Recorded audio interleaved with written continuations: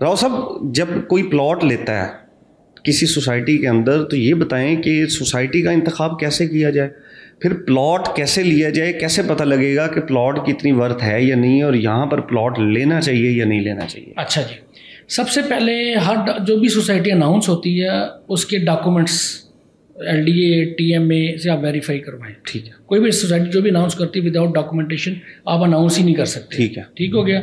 उसकी फिजिबिलिटी बनती है, PC1 उसका अप्रूव होता है।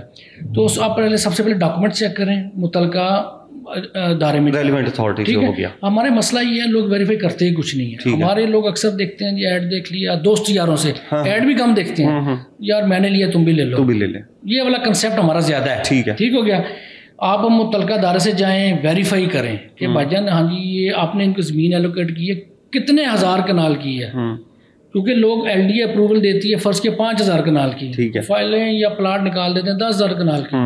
ठीक है, ये आपका ये कस्टमर का ज्यादा। ठीक है। अब ये अप्रूव ये कैसे वेरीफाई करना है?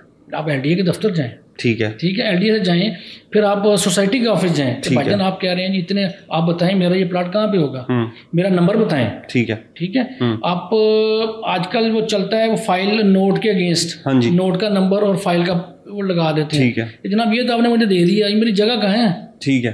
ठीक है, वो चेक करें। उसके बाद जो आपने दूसरा सवाल पूछा इसकी वर्थ है कि नहीं है प्लाट की, उसका बेहतरीन हाल ये है आप 5 से 7 जो प्रॉपर्टी एजेंट्स हैं उनसे पूछें। उनसे पूछने का तरीका कि आपके मैंने प्रॉपर्टी एजेंट हमेशा कहता है इस तू वधिया शै ही कोई नहीं। मैं उसी तरफ आ रहा हूँ, आपके मैंने बेचना है, आप ये ना कहना मैंने खरीदना है। हाँ। फर्ज किया आप प्लाट नंबर लेना चाह रहे हैं 131A। ठीक है। आप ये कहें 132A मैंने बेचना है। वाह जी वाह। ठीक है।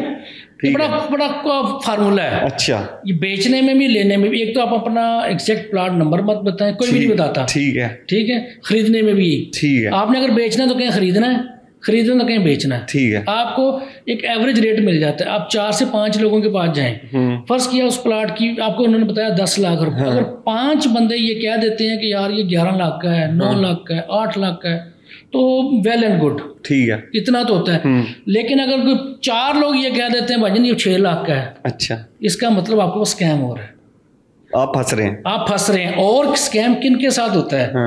ओवरसीज के साथ। अच्छा। उसकी क्या रीजन है?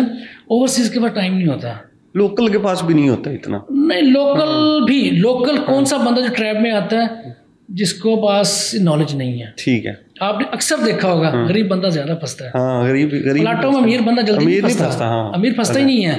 अमीर अगर फंसने लगता है उसका कोई ना कोई लिंक होता है, कॉन्टेक्ट होता है, किसी इन्फ्लुएंशियल अदारे में होता है, फोन हो जाता है वहाँ। ठीक है। राव साहब, मैंने किसी सोसाइटी में प्लॉट, सोसाइटी मैंने वेरीफाई कर ली कि अप्रूवल है या नहीं है, उसके बाद मैंने कोई प्लॉट लेना है, मैं उसके साथ वाला प्लॉट का नंबर किसी एजेंट को बताऊं, उसे कहूं अगर मैंने लेना है तो मैं कहूं कि मैंने ये सेल करना है। जी बिल्कुल। वो मुझे सारी खामियां बता देगा कि भाईजान आपके प्लॉट में ये मसला है, इस सोसाइटी में ये मसला है, इसलिए रेट कम। बिल्कुल ऐसे ही है। और अगर मैंने वहां पर बेचना है तो मैं कहूँ कि मैंने खरीदना है। बिल्कुल ऐसे ही है। ठीक है। टिपिकल फार्मूला है। तो इससे जो है वो प्लॉट की वर्थ जो है वो हमें वर्थ हमें वहां पर पता लगेगा, स्कैम नहीं हो सकता। ठीक है।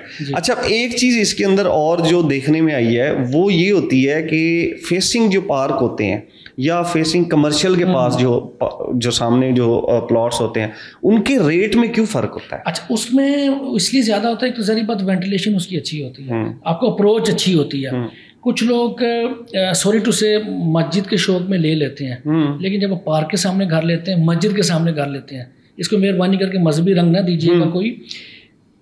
आपने जुमा की नमाज होनी है, गाड़ी आनी है, मोटरसाइकिल आना है, आपके घर के सामने भी खड़ी होगी, क्योंकि जारी बात है जब जुमा की नमाज होती है एक नंबर ऑफ पीपल ज़्यादा आते हैं। साथ वाली सोसाइटी से भी लोग आ जाते हैं, बहुत सारे कमर्शियल दफातर भी नज़दीक आते हैं, उसके लिए आपको अपनी पेशेंस चाहिए होती है। सेम विद पार्क, पार्क के सामने रह रहे हैं, लोग आएंगे, बैठेंगे, शो मचाएंगे, बच्चे क्रिकेट भी खेलेंगे, बच्चे कुछ भी कर सकते हैं। शौक में हम दे तो लेते हैं, फिर बाद में हमारी पेशेंस नहीं रहती। अच्छा भी है और बुरा भी है, साइड इफेक्ट भी है। ठीक है। Thank you ji, thank you.